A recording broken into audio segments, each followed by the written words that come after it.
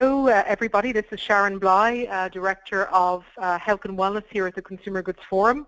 I'm joined on today's call by the co-leads of our Employee Health and Wellness Working Group.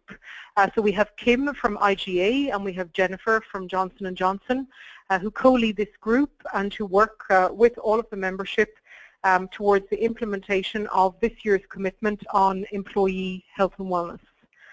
So it's really important for us, as the commitment is coming to terms at the end of the year, that we understand where you are in terms of progress and implementation of this commitment.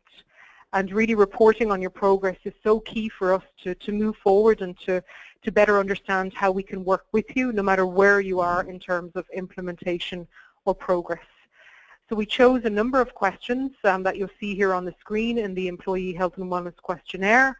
We're working on a tiered approach. We want to understand if you're getting started, if your program is up and running for a number of time, if you've reached maturity, what type of best practices that you have.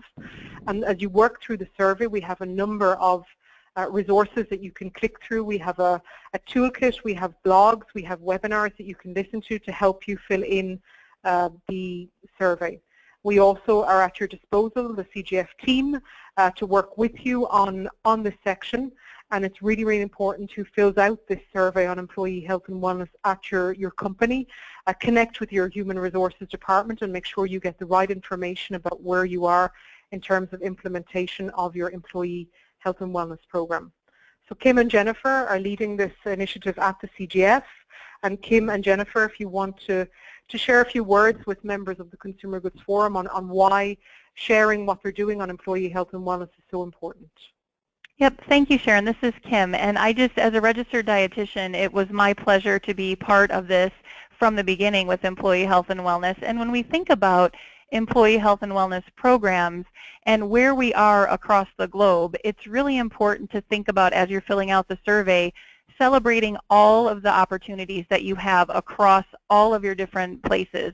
Maybe you have a fitness center in one area and you've got a revamped cafeteria program in another, or a smoking cessation program in some of your different locations. If you have those different things, you absolutely have an employee health and wellness program, and that's something that we've had questions about is, well, gosh, if it looks different in our different locations, how do we answer the questions? So I think if you look across your organization and you see that there are things being implemented, we absolutely want to celebrate and acknowledge those and have that look at that bigger perspective, if you will. And then the other thing, even from an IGA perspective, is really looking at what you have that's customer-facing information in the employee health and wellness space, meaning our employees are our customers too. So I think if you can think about celebrating all of the different touch points of health and wellness for both your customers and your employees, and then in individual locations, the different opportunities that you've brought to your employees specific to that location, those are absolutely things that you should be proud of and celebrating in the survey. Hey, thank you, Kim. Those are really great comments. And I would just add, from a perspective in my role as the Vice President of our Employee Global Health Services Initiative, where we've been providing health and wellness to our J&J employees, 130,000 of them around the world. This has really been a journey for us that's been well over 30 years. But in case that makes somebody feel a little bit afraid that it's going to take 30 years to get a program up and running, what I would tell you is that it's really been over the past 3 to 5 years that we've really done these types of questionnaires and assessments with our 450 locations around the world, just to be able to kind of monitor the progress and to be able to not only celebrate the successes of where the programs have becoming optimal, but also to identify where we're having some challenges and where we can use some additional leadership and support to try and get the employee programs up for all of our employees. I think we had a great conversation where we talked about employee health and wellness being a win-win and something that is good for the business as well as good for our employees.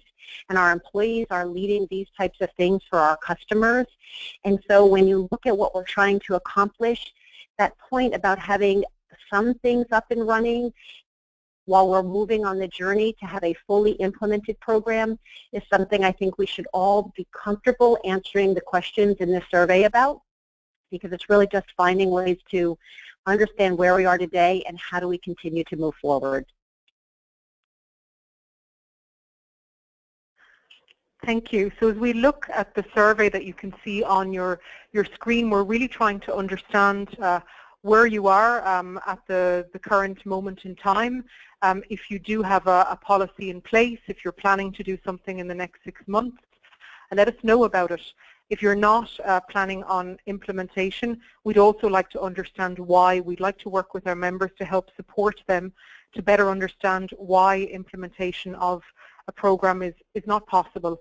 And this will be really helpful for us, for Kim and Jennifer and the other members of the working group, to see where there are some gaps and where there are some opportunities that we can help the membership move forward in terms of implementation.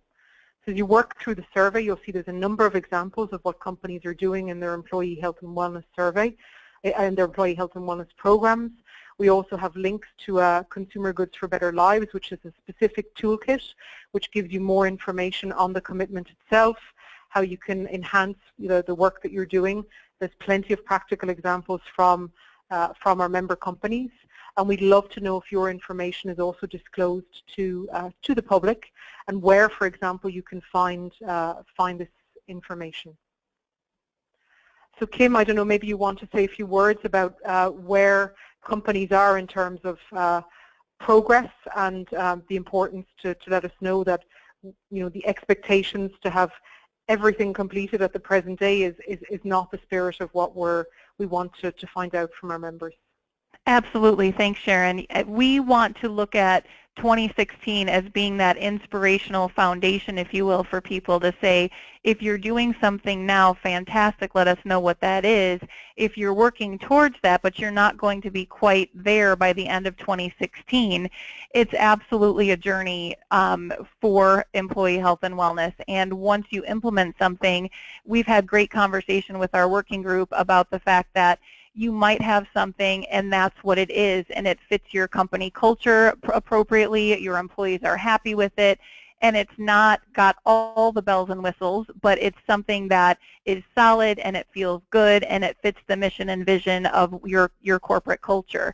You might be somebody who is saying, well, gosh, we've got it in the budget for next year or the year after that. It's absolutely on our radar. We just can't get it done by the end of the year. And that's okay. So wherever you are in the process, as you think about health and wellness and what that means to us each personally, you can almost apply that same thinking to a business and say, it's an ever-evolving conversation. What health and wellness for our employees looks like today might be different in 5 or 10 years, and that's okay, and that's absolutely the right thing. Science continues. We learn more and more about what health and wellness or well-being actually means. And so we continue to evolve as the world evolves and as our information continues to expand, and quite frankly, as our businesses continue to evolve and change over time as well. And Kim, what I would add to that is not only are we, will business change, technology change, but I would expect that based on the things that we're doing to support our employees' health and wellness, we're going to see health risks change. And as people move from a high risk or a medium risk down into low risk, what you're going to see is the needs within the business will change. And as you're finding your employees are engaged and feeling happy and productive at work, what you're going to find then are some of the things that you need to be doing will be different from where you may have started your program today.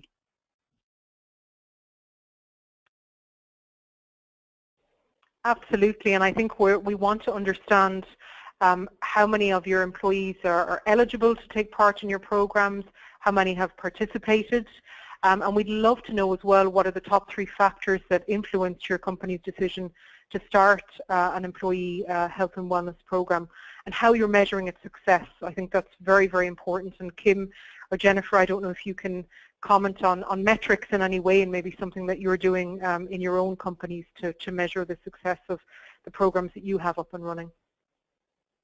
I know that one of the things we did initially at Johnson & Johnson was really looking at reach and really being able to talk about getting employee health and wellness programs out to our entire employee population.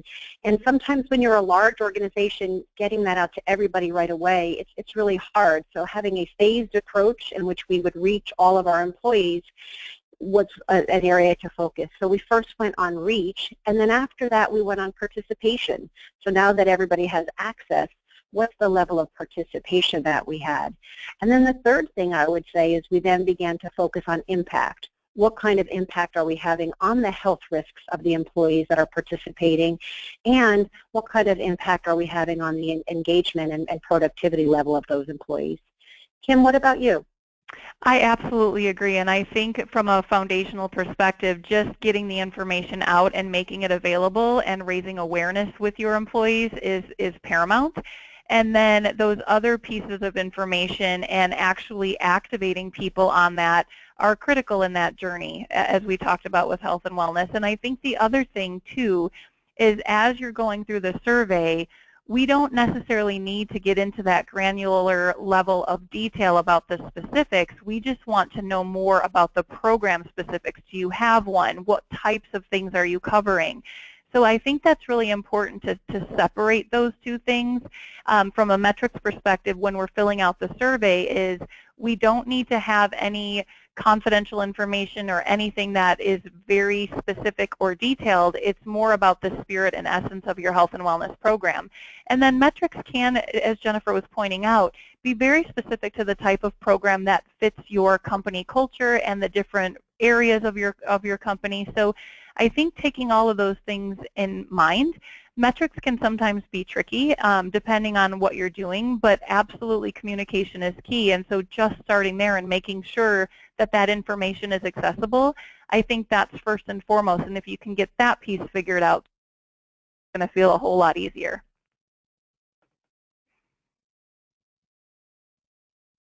Great, thank you very, very much, Kim and Jennifer.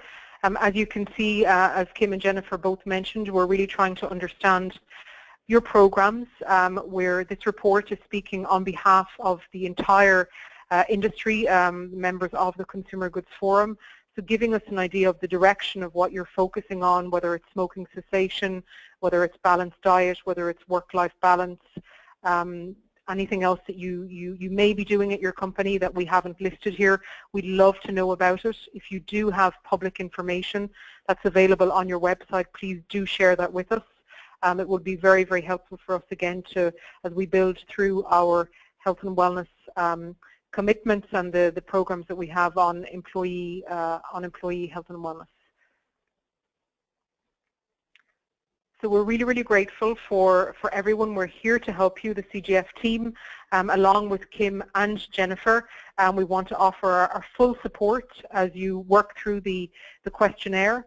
If you're not sure on anything, please do get in contact with us. We're here to offer all of our insights and any expertise that we can. And between us, we think that you will be able to move along the implementation ladder and move from getting started and continuous improvement year on year as we at the CGF continue to promote employee health and wellness. So please don't hesitate to fill in the questionnaire. Any questions that you have, please do reach out to us.